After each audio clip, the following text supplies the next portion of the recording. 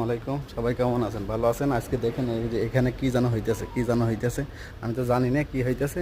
এই যে আমাদের এক দেশি ভাই আছে, ঠিক আছে, কি যেন করতেছে কেরি ফোরে, ঠিক আছে, কেরি ফোরে কি যেন করতেছে, আমি জানি না সঠিক। আমি হ্যাঁ এর কাছে যাইতেছি, যাইয়া জিজ্ঞেস করবো আর কি ওর কাছে। বললাম সালাম আলাইকুম ভাই, কি করতেছেন, কি বিষয়, কি ব্যাপার ভাই বলেন সেই। ভাই তো এগুলো আয়োজন হচ্ছে নতুন বছরের, বুঝছেন?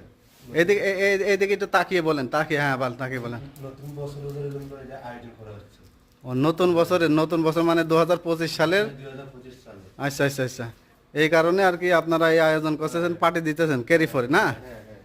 ও আচ্ছা আচ্ছা, ঠিক আছে।